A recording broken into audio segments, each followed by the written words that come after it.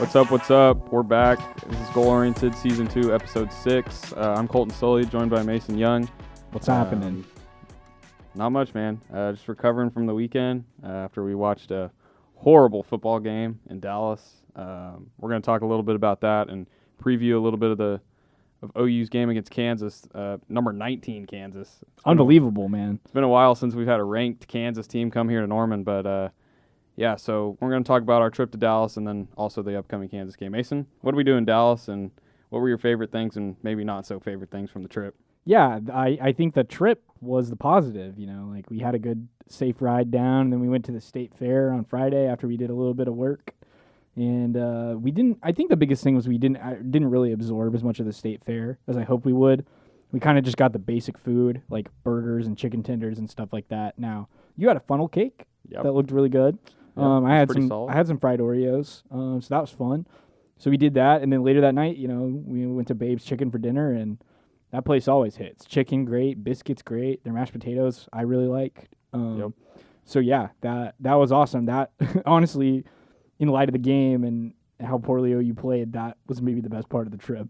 Yeah, sponsor us, Babes. Yeah, we definitely need a Babes sponsorship for sure. But anyway, yeah, we played some NCAA at the Airbnb, just kind of hung out, but let's jump into that game and how just bad OU's offense and defense looked. Mason, can they rebound again after that? One of the worst losses in the history of Red River Showdown? Yeah, well, we're definitely going to find out this week against Kansas, but I think the thing that you have to keep in perspective when you look back on the Red River Showdown this season and OU losing 49-0 to Texas, being shut out for the first time since 1965, is OU didn't have Dylan Gabriel. Yep. He still was in the concussion protocol after the injury he suffered against TCU the week before. Was feeling pretty good in practice. Actually warmed up before the game. Went through all the drills and all the stretching and stuff like that, and then threw some passes with the first team offense and stuff like that. Looked like maybe he was going to play. Then he goes back into the locker room. No pads, no helmet, just his jersey and some shorts, and he's just on the sideline watching the game. And without him, OU's offense was in real trouble. Davis Bevel, the backup quarterback from Pittsburgh, he just really didn't have it. It didn't seem like there was a lot of trust in him to throw the ball downfield. And so OU resorted to running the Wildcat with Braden Willis, the tight end, with Jalil Farouk, the wide receiver, with their running backs, Eric Gray and Marcus Major. And by and large, that worked. They had some good offensive traction with that. But it's just not sustainable for an entire game based on how the wishbone is so outdated. And so they didn't pick their spots right, and there were times where it was working and then they went away from it too quickly, and that led to some of the things we saw, like turnovers on downs deep in enemy territory. I think they had 2 of those after a successful drive. You had Eric Gray threw an interception on a jump pass when they were trying to be tricky, stuff like that. So I think the thing that will reign over the memory of that game is the fact that they didn't have Dylan Gabriel. I'm not necessarily saying that's the difference between a win and a 49-point loss, but they at least would have put points on the board if he had played. Yeah, I think they ended the nation's longest streak of not scoring a touchdown in a game. I think they had scored a touchdown in every single game since 2009, I think it was, against Nebraska or something like that. So, yeah, definitely no Dylan Gabriel was not a good thing for OU. I thought it was hilarious how he came out before the game and warmed up. We were talking about it afterward, what was Texas going to do? Were they going to just go back to the locker room and be like, oh, Dylan's playing, we're going to change up our whole game plan? I don't think so. But, yeah, obviously Jeff Lebby and the offensive staff did not trust Davis Bevel at all to throw the football. They came out almost immediately in the Wildcat formation. He threw a couple passes. I think he had one nice one that went about 10 yards. But obviously the struggles were still there, even just throwing screen passes. So, and they were never going to win that game, to your point, but with Dylan, they definitely would have scored a couple touchdowns and at least put some points on the board, and it wouldn't have been by 49 points, in my opinion. Right. For thinking about the offense, too, and how poor the offense was, a couple other weird things that happened. First of all, Theo Whis, big wide receiver for OU, third leading receiver this season in terms of yards, he did not play at all in this game. And Brent Venables was asked about that today at his weekly press conference. He basically said, that was a coaching decision that was made based on how Theo practiced the week before. So that's kind of concerning. Not sure what's going on there. And then the other big thing offensively for OU is Marvin Mims. I don't remember exactly how many touches he had. I think he caught one pass for -2 yards. Yeah, he had 4 targets, but he didn't get any traction. And, I asked Jeff Lebby about that yesterday, not getting Marvin and not getting Theo the ball. And he explained, and it was very evident that, that was a product of the quarterback situation they were in, with not trusting Davis to throw the ball downfield, with not having other guys throwing the ball and mainly really just running the ball most of the game. They only had 39 passing yards. It just wasn't going to work out. So the Theo thing is definitely really weird. I kind of wonder with Marvin if maybe some of the reps that Jalil Farouk got could have been given to Marvin, and maybe things wouldn't have been so lopsided. Because Jalil Farouk played well. They ran him on several sweep plays, and he had 5 carries for 60 yards and was the leading rusher on the day. So, and that's probably the most touches he's gotten in a game the entirety of this season. So, good for him. He was a bright spot. But it's when you have your top 2 wide receivers, your clear 2 top wide receivers in Marvin and Theo that don't get the ball, you're going to struggle to score points. Yeah, that's very concerning, and that's one of the biggest things I noticed after that game and wrote in my story afterward is just that, some of OU's best skill players on offense just weren't involved. Wouldn't you say Marvin Mims is probably the best player on the offense other than probably Dylan? Yeah, it's some combination of those two. Obviously, Eric Gray's been really good this season, and Braden Willis has also been. I think Braden Willis is really the heart and soul of this team right now, and he played the best out of anyone on the offense Saturday, even though it wasn't really saying much. Yeah. But yeah, no, definitely Marvin Mims is one of the top 4 or 5 players on this offense. And to your point, like maybe some of those snaps could have gone to Marvin, then went to Jalil, and I think Drake Stoops got the ball in some jet sweeps that maybe Marvin could have had a little bit more success given his speed. But yeah, like you said, the Theo thing really is weird. I mean, we know he was kind of banged up against TCU. Maybe that had something to do with it, although Brent said it was a decision made by the coaches during practice. So we'll have to kind of keep an eye on that and see if Theo, does anything against Kansas or anything like that. But enough about the offense. Let's talk about the defense. They gave up 49 points to Texas, most ever in a Red River game. Obviously had some guys missing, but what was the biggest thing that caught your eye from the Texas loss, Mason? Yeah, there's a lot of different intricacies there. But for another week in Big 12 play, OU's defensive line just completely unable to generate a pass rush. No sacks, 4 tackles for loss after. And we've talked about this a lot, but they finished non-conference play leading the nation in tackles for loss, and they were top 5, I want to say 4th in sacks. So early, they were really getting after the quarterback. Now, not so much. And so Quinn Ewers, Texas's quarterback, who was back from his shoulder injury that caused him to miss like 3 games, he, without any worry about being hindered by a pass rush, he freely picked on OU's secondary, which didn't have Billy Bowman, didn't have Damon Harmon. Kenai Walker was missing from that game for some reason. Yeah.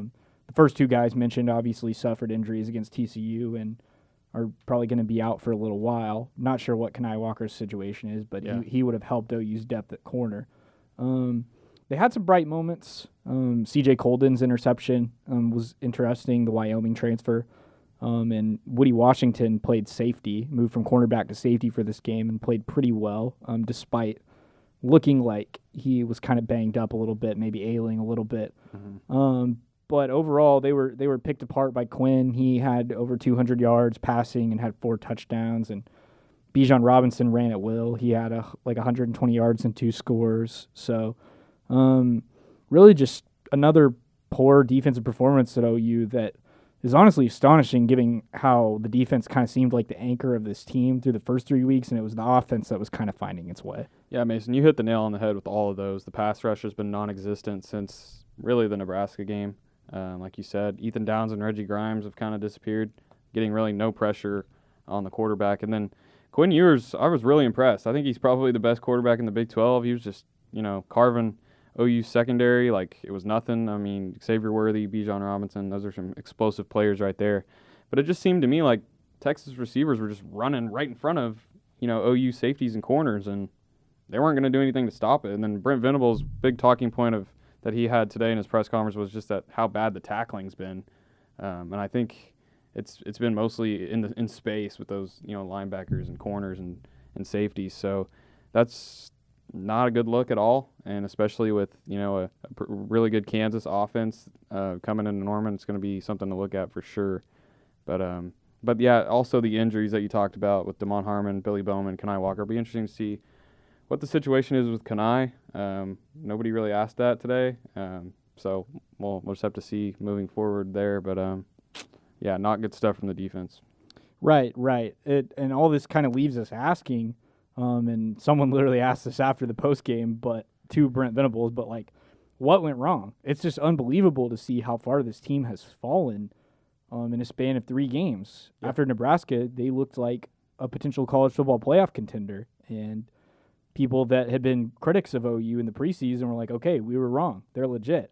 And now all their criticism looks completely validated by how poorly OU has played in the Big 12. It's crazy that the team that has won the Big 12 14 out of the last 22 years is now sitting at the bottom of its standings. Yeah, literally 3 weeks ago, OU was ranked number 6, dominated Nebraska in Lincoln, and they've just fallen apart. The defense is awful. The offense is not very good, even with Dillon against TCU. He was missing some throws. Obviously, they're much better with him, but there was obviously some concerns prior to his injury as well. But yeah, and every week it's I don't think they have answers either, Mason. It's everything looks good in practice. Everybody's bought in. The results for some reason aren't showing up on the field, and I think Brent Venables and his staff are really having a tough time, looking behind every door and trying to find out what the problem is exactly. And he seems very frustrated by that in recent weeks. Yeah, definitely. And fans are getting antsy. As excellent a program as OU has been over the past few years, and really not even the past few years, like the past 20 years, and then obviously the historic success with Switzer and Wilkinson and so many other coaches. Yeah. This is not a patient fan base. No. They expect resolution. And so I think the broader sentiment that a lot of people are still conveying, and that I think is the right take, is you can be very disappointed with how this season has played out, but still express long-term confidence in Brent Venables. Yeah. And that he's going to get this. He's going to do this thing right. Well, that's what I want to ask you. We've talked about it on this podcast before, and we talked about it post-game on the Spaces. But after you've had a couple days to digest what we watched on Saturday, is there any, skepticism about long-term success under Brent Venables? I think some things have to change. I'm still not super skeptical. I think he's the right guy for the job by all indications, and it was really interesting to read the Twitter thread. This hasn't been talked about a lot, but one thing that comes to mind right now is that Twitter thread that Josh Norman, former player on the Soul team now, in the support staff, put out the other day, that was essentially backing Brent Venables and saying, please be patient. We're going to try to get this right. But unequivocally, he believes, Brent Venables is the right guy. There's absolutely no one better to lead OU through this situation. And I think what you have to recognize, too, is a lot of people are talking about how Lincoln Riley's departure and how the transfer portal absolutely gutted this team down to the studs, and that the roster wasn't as talented as it was, as people thought it was. That's valid, but I also think it goes deeper than that. I think that a lot of the guys that did stay, because a good portion of the roster did stay, they weren't potentially developed properly. Like maybe the development was kind of on a downhill turn. And so you have to give Brent Venables time not only to get his recruiting classes, which he has a top 5 recruiting class this year, so that's something to be optimistic about. Yep. You have to give him time to do that, and then also to develop the guys that he wants to be a part of his program. I mean, he really kind of inherited a lot of stuff that was not his own and maybe that was underdeveloped, and I think that's why we're seeing, even though the buy-in is there, we're seeing the results not match up with what everyone is saying is happening behind closed doors and on the practice field. Well, I think you're right that even prior to, the departures of some of the guys and Brent Venables coming in, I don't think the roster was as good as people thought, and certainly it wasn't the depth's really not there if you really look at the roster. But yeah, I'm with you. I don't really have any worries, long term. Like you said, Brent has a top 5 recruiting class coming in, and people talk a lot about like the Nebraskas, the Miamis, the Florida States that have fallen off in recent years. None of those teams had, top 5 recruiting classes when they fall off, so that's a really good sign for OU fans. But No, I'm with you. I think definitely this season there are some concerns and there are things that need to be fixed, but long term, I think Brent Venables is still the right guy for OU. And we were talking about this earlier. It's his first season as a head coach. He's obviously had success as a defensive coordinator. He's obviously a really good defensive mind, but he's not had to lead an entire staff and an entire group of players, and like a lot of new players together, a lot of transfers, a lot of freshmen. So yeah, it's just I think it's more of first year head coach things in a new program with new players, and I think long term I still think Brent Venables is the right guy for the job. Yeah, there's a lot of intricacies to what you just mentioned about figuring out how to lead a whole team. I've heard a lot of guys say that, he was the same guy every day as a defensive coordinator, and that now he just has broader control over the program, that he just translates what he did with the linebackers and what he did with the defense to the broader program. But that's so much easier said than done. There's a lot to that. I mean, obviously, being a defensive coordinator, he understands how to scheme against offenses and stuff like that, but he has to now understand how to manage the offense, manage the clock and the timeouts and stuff like that, and not just the defense. And there's been some moments this season that have kind of been interesting, like against obviously we saw against Nebraska after they got scored on in the first drive that he went and screamed at the defense and just chewed them up one side and down the other. But then during the TCU game, there was a point where it was before Dylan got hurt and they were kind of still in the game. But I think he basically just left it to Lebby and was like, all right, you got this. I'm going to go talk to the defense. And he literally pulls up a folding chair and sits with his back to the field and spends time after 2 consecutive possessions where TCU scored just talking to the defense. And so the question that arises from that is he overmatched? Is he not necessarily maybe is he overmatched, but is he too focused on the defense and not spending enough time managing the broader aspects of the program? But then again, you buttress that with the defense has had a lot of struggles recently, and maybe he feels like that's the component he most needs to fix. And with getting Dylan Gabriel back, the offense will kind of sort itself out. Yeah, that's interesting that you mentioned that because we've seen people talk about that, but we've also had people say maybe Brent Venables isn't focusing on the defense as much as he should, and he's leaving it kind of to Ted, and that's where the issues are. But who knows? I mean, only they know. That's the thing. Yeah, I mean, we don't know. We can sit up here and talk about whatever, but only they know, like you said. But certainly the offense under Jeff Lebby should get rolling here when Dylan gets back. But the main thing is what we're trying to say here is Brent as a first-year head coach has a lot of things to look at and a lot of things to learn. And I expect next season, going into his second season, to be a lot more organized. Yeah, definitely. We'll see how that goes. Yep. Should we look ahead to Kansas? I think we should. Number 19 ranked Jayhawks coming into Norman. We're kind of confused on Jalen Daniels' status. We heard a report earlier that he was out for the season, and he tweeted something that was not really. He said that's news to me. Yeah. And apparently Lance Leipold, Kansas' coach, has also tweeted something that's, I think, kind of Picture of casting him? doubt Yeah. on the report. We're not sure. Obviously, Leipold said in his press conference today that he was doubtful and that Jason Bean might start. So we'll see going forward. But either way, Jason Bean, to your point, as you were talking earlier, he kind of played really good against OU last season. What do you expect from the Jayhawks coming in? Yeah, he's pretty talented. He's not a scrub. I think he can definitely give OU some trouble.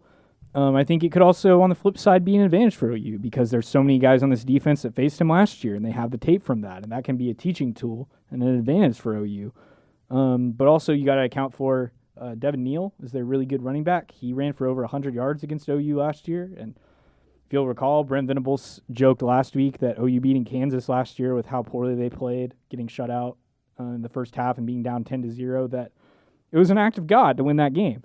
And so, obviously, you would hope that OU is going to have Dylan Gabriel back this week, but if they don't, it might be an act of God, again, for OU to win against Kansas. Yeah, I want to talk about both of those things. Obviously, last year, Kansas had OU for a minute, and then obviously in 2018, Puka Williams rushed for 250 yards against the Sooners, and Kyler Murray had to pull off a miraculous game to win that one. And also, when you were talking about Dylan Gabriel, we still don't know his status for sure. We obviously think he might play this weekend. He told us last night he's still in concussion protocol, and Brent Venables echoed the same sentiment today in his press conference. So without Dylan Gabriel, it might be another one of those games like 2018 or last year. But with Dylan Gabriel, I expect OU to have a way better showing than the last 3 weeks. Right. And I would say, first and foremost, good to hear actually from Dylan Gabriel that, he's feeling better and that he is hoping to play this weekend. And we'll see if it works out. But good to know that this isn't like a long-term thing, that, it's really just kind of a one-game potential miss.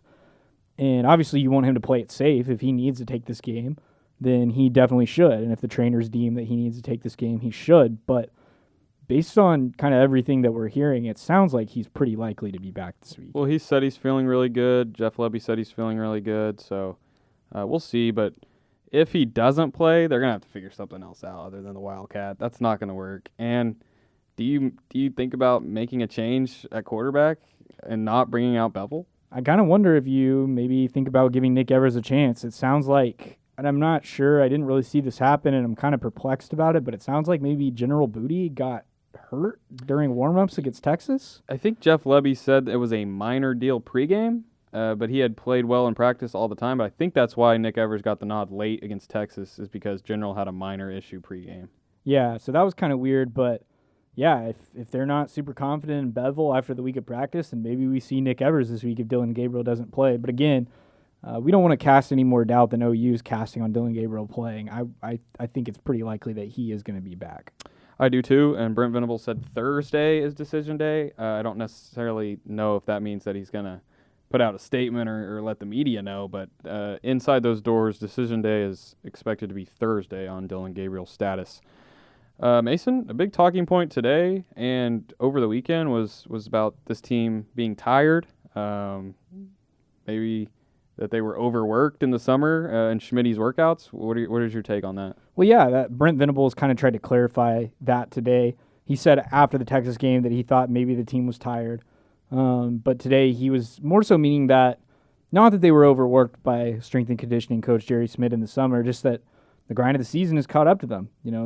They're now about to play their 7th straight game, and then they'll go into a bye week, and it sounds like that bye week's going to be good for them. But yeah, it sounds like maybe there's some fatigue setting in, and they could really benefit from the bye. And he said also that they're maybe switching up the practice schedule, or not necessarily the schedule, but maybe some of the practice stuff this week to try and keep guys fresh. So I think that's all well and good. It just means that they're examining more and more things to try and figure out why things aren't going right. Yeah, I would agree. And it should help next week with the bye week after the Kansas game. That should help with all of us as we're all exhausted during the grind of football season. But no kidding. Yeah, that'll be good. But let's transition back to the defense, Mason. We obviously saw the 3-man front against Texas. Did not have a lot of success. Brent Venables was talking today that it worked against Nebraska. He said they ran it a little bit against K-State, but I think the majority of the time they ran the 4-man. It worked a little bit there, but what is your take on them going back and forth between the 3-man front and the 4-man, and how the 3-man has not worked the past couple weeks? I mean, I don't. A lot of people want to chalk the defensive issues up to the coverage, and I don't think it's that. I think they're just not playing sound fundamental football, regardless of what the calls are and what the formations are. Like they're missing tackles. Last week it was better, but obviously against TCU they incurred a lot of PIs. They're just not playing good fundamental football. It doesn't matter what defense they're in, and they just got to get better at the little stuff, the tackling, wrapping up, stuff like that, taking the right angles to the ball. That's been the biggest thing, is just them not doing the basics correctly, and that leading to failure. I would agree. I think it's more of just playing disciplined football, like you said. A lot of pass interferences against TCU, and then after talking about it all week last week, about getting their head around and making a play on the ball, we saw a similar play against Texas where there was a PI called, and in the corner, I forget who it was. It was Kendall Dennis. It was Kendall Dennis, who just didn't get his head turned around. So that's some things that they've got to fix. And obviously playing the 3-man front's not going to help with the pass rush, but the 4-man against Kansas State, they didn't have any sacks there either. So that's obviously not the answer, like you said. But it seems like, Brent and that defense are just still figuring things out, and it's going to take a while, like we said earlier. Yeah, he's gotten a lot of questions, fielded a lot of questions recently about, is what you're doing too complex for these guys in year one? Do you need to try to do something different, maybe kind of simplify things? And I think what it really comes down to is Brent Venables has to run what he hopes to run 5 years from now when he's got the recruits and he's got the players and the personnel to be a dominant defense and be a force, if that's something that can happen. You can't, as you're building a program and you're trying to lay a foundation, you can't divert course just because things aren't going well. And so that's definitely his perspective on things. And so, like, they're just going to keep running, what he's running, and that's what they have to do. Now, does that come with a cost to the results of the current season? Yeah, but again, I think that's more so about who's on the roster and what their capabilities and talents are versus Venables not running the right scheme. Yeah, and while we're on the topic of just Brent and trying to figure out this defense and trying to figure out how to run our program as a head coach, Garen Emig, Tulsa World, asked him a question today about whether he goes to other coaches for assistance and threw out the name of Bob Stoops, obviously legendary OU coach. He's around the Norman area, always a phone call away for Brent. And he's mentioned in the past that he called him before the first game, asked him for some advice. What'd you make of that? And also, Brent talked about that he's a listener and that he's always open to suggestions from his staff internally. I mean, I think maybe it wouldn't hurt. Obviously Bob went through some of this in his first season when OU went 7-5 and lost their bowl game to Ole Miss. He's seen the valleys of that install and trying to rebuild a program from the ground up. So I don't know. Like, I think it was a good suggestion by Garen. Like, maybe Brent should seek more Bob's advice if he hasn't been. But also, we don't know that he hasn't been talking to Bob at all and trying to. I mean, we were walking under the stadium to go to the press conference today, and we saw that black Porsche parked under there. And I can't say with utmost certainty, but I believe that is Bob Stoops' vehicle. I think so as well. So maybe he was going to be at practice today, or he was going to be around in some fashion. Don't know that for certain. Again, that's speculation. But I think it wouldn't hurt. But also Brent is kind of now in this position where he has to figure out who he's going to be as a head coach and has to, in a lot of senses, be himself. He's had great mentors in the past, like Bill Snyder, like Dabo Sweeney, like Bob. And he probably, I don't know that he necessarily has to, but he probably feels like he has to, I guess, sort of in a way, take what he's learned from them and make it his own, and learn how to be a head coach and how to lead based on how he's seen others do it. Yeah, and while we don't know if he's asked Bob for any suggestions recently, we do know that he fielded a text from a random person that found his number, and he texted him back, but he hasn't heard back from him yet. Yeah, it'll be interesting to see if there's any development on that. I tweeted something about it during the press conference when Brent Venables mentioned that, and somebody quote tweeted that tweet and said, "I would do it again," as if they were the person that did it. So I've since DM'd that person and engaged their interest in talking about that.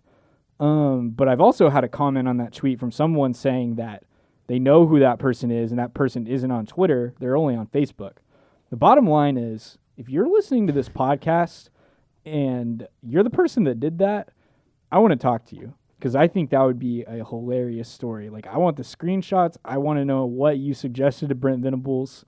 And I want to know what he said back for sure. So get at me.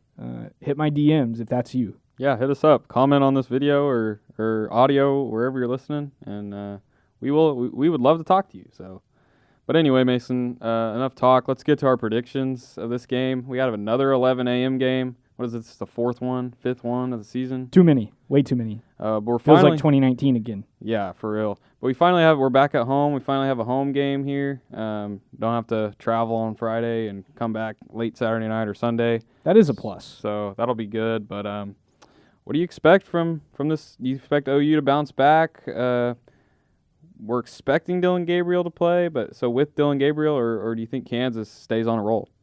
I'm going to go OU in this one, 33-27. I think that the OU defense struggles enough that Kansas makes it interesting, even with probably playing Jason Bean. But I think that Dylan Gabriel being back will happen. and I think that makes a difference in the game, that OU's able to put up enough points to beat Kansas in this one. Wow, our scores are pretty similar there. I'm going to go OU 31-24 if Dylan plays. I think Kansas makes it a game, even with Jason Bean like they did last year. And, Kansas' offense has just been explosive, and I don't expect that to end just with Jalen Daniels out. But I expect OU's offense to get on a roll again with Dylan back. I expect Marvin Mims to be more involved, Eric Gray to continue what he's doing. Obviously, Braden Willis to be a big part of the game plan. And then I expect the defense to get a little bit more stops than they have the last couple weeks, and OU wins by 7. So, Colin, hit us up with a mystery question, man. We were kind of wondering, is OU even going to be bowl eligible this year? Very good question. I think we're kind of wondering that ourselves. To be honest, I think the answer is maybe not. And I know that's not like a super straightforward answer necessarily, but when you look at what's left on the schedule, I think OSU is definitely a loss. I think there's a chance Baylor is a loss. I mean, honestly, this weekend could be a loss. Like, who knows? But OSU, Baylor, I don't think they beat either of those teams. I think they ought to beat Kansas this week, and I think they ought to beat West Virginia. But then there's a mix in there of Iowa State, Texas Tech, and then honestly maybe it's even Kansas this week. I mean, the thing is they have to have 3 more wins. And so, like, can they get them? I really don't know that they can. Having Dylan Gabriel back, like, makes the odds better. But if I had to, like, make my picks right now, I would say that they lose to Baylor, OSU, and then I think they lose to Texas Tech as well. And then they beat Iowa State and West Virginia, and they finish 1 win shy. Well, you have picked them to beat Kansas, right? Okay, Kansas. Oh, yeah. So I missed a game. So there's, yeah. So actually they would. They actually would, like, I'm glad I can count. They would just, like, by a smidge. Like, they would scrape by. That's what I'm going with as well. I think they beat West Virginia, Kansas, and Tech or Iowa State, either one of those. Lose to Baylor, OSU, and... You think they'll lose to West Virginia? No, I think they beat West Virginia, beat Kansas, and beat one of Iowa State or Tech, and lose to the other one. Okay. And lose to OSU and Baylor. So I have them finishing 6-6 as well. I think the last bowl projection I saw had them going to the Armed Forces Bowl. Where is that? Like, where is that? I think Fort Worth. Dude, that's going to be such a disgusting game, especially because, like, I mean, Air Force is going to, like, run the bone, and it's just going to be, like, unwatchable. Producer Colin can check that for us, but anyway. It is indeed in Fort Worth. Awesome. Dude, I didn't even get a college football playoff game while I was a daily student. It's at TCU's stadium. Yeah, so we'll just go back to... Is it at TCU or is it at SMU? I thought I heard it's at Well, TCU. SMU's in Dallas. Okay. And it says, I'm going to butcher this, but it says Harmon G. Carter Stadium. Yeah, okay, that's it. Ammon G. Carter. So that is TCU Stadium. So, like, very well might be back where essentially OU season was just completely done and ripped to shreds. Yeah. Who knows week to week with this team, but they haven't missed a bowl since, I want to say, 1998. Producer Colin can check that as well. I have no idea. I was trying to look it up before I came up with the question. I think it's 98. That's right, because that's when Blake turned them back to running the wishbone, and then obviously he got fired after that season. Yeah, so it's hard. It's just hard for me to believe that OU is going to miss a bowl, but if they play the way they have the last 3 weeks, who knows, man? Yeah, it'll be crazy to see how that plays out. Because, like, I mean, obviously they haven't done that, like, in, I think, either of our lifetimes. Yep. So we'll see what happens. Hopefully they don't just scrape by. Maybe they surprise. Maybe they also pick up a win. Like, instead of losing to one of Texas Tech and Iowa State, maybe they find a way to beat both of them. But it's definitely going to be a grind to make that happen. For sure. Well, guys, anything else? Mason, Colin, anything else we got? I think we're good. Awesome. Well, once again, I'm Colton Sully. This is Mason Young, and peace. Peace out.